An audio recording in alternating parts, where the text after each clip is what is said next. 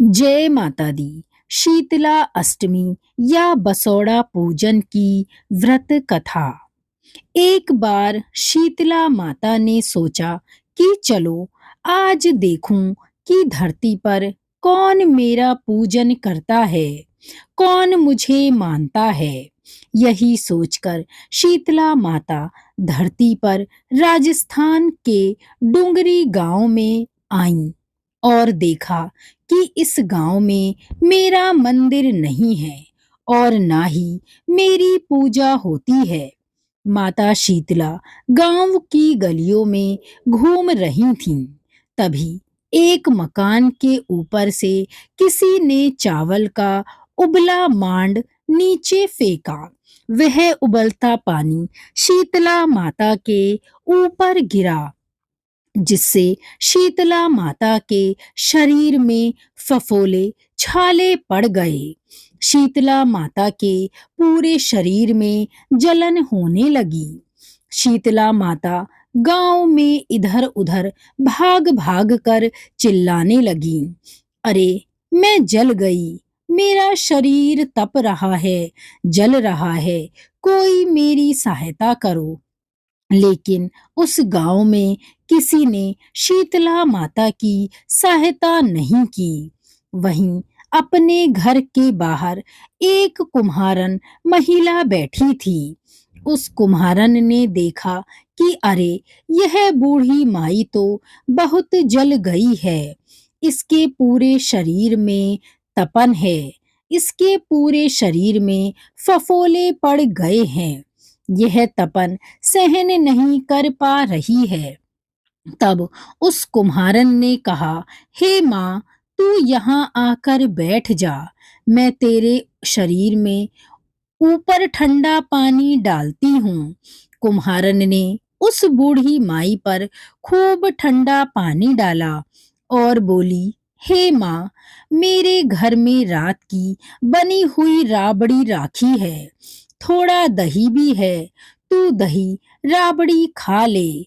जब बूढ़ी माई ने ठंडी ज्वार के आटे की राबड़ी और दही खाया तो उसके शरीर को ठंडक मिली।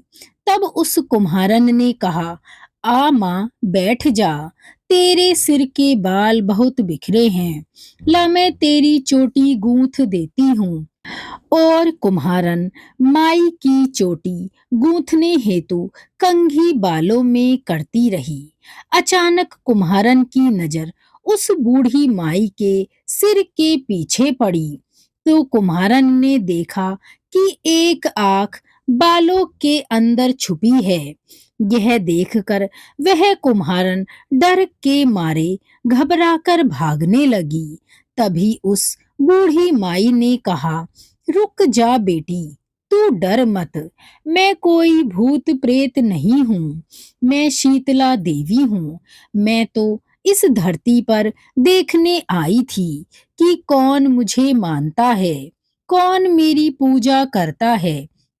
इतना कहकर माता चार भुजा वाली हीरे जवाहरात के आभूषण पहने, सिर पर स्वर्ण मुकुट धारण किए अपने असली रूप में प्रकट हो गईं।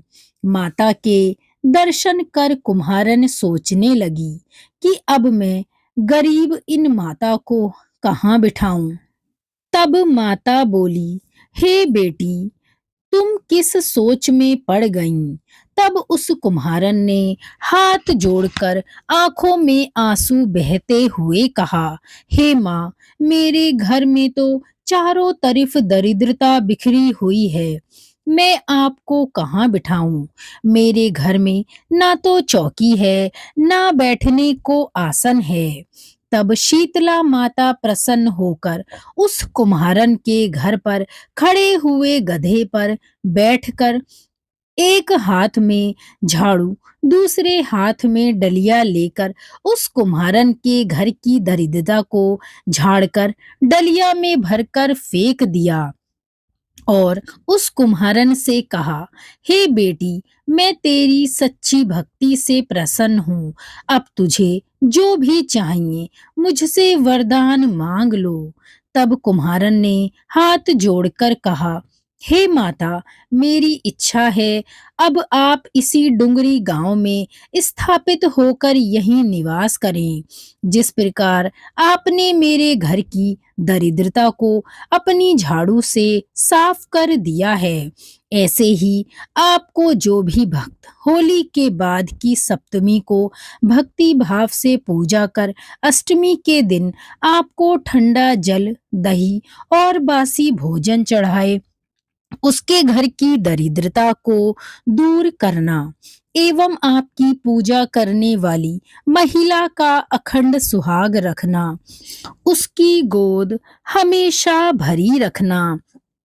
और माता, साथ ही जो पुरुष शीतला अष्टमी को नाई के यहाँ बाल ना कटवाएं, धोबी को कपड़े धुलने ना दें और पुरुष भी आप पर ठंडा जल चढ़ाकर, नारियल फूल चढ़ाकर परिवार सहित ठंडा बासी भोजन करें, उसके काम धंधे व्यापार में कभी दरिद्रता ना आए।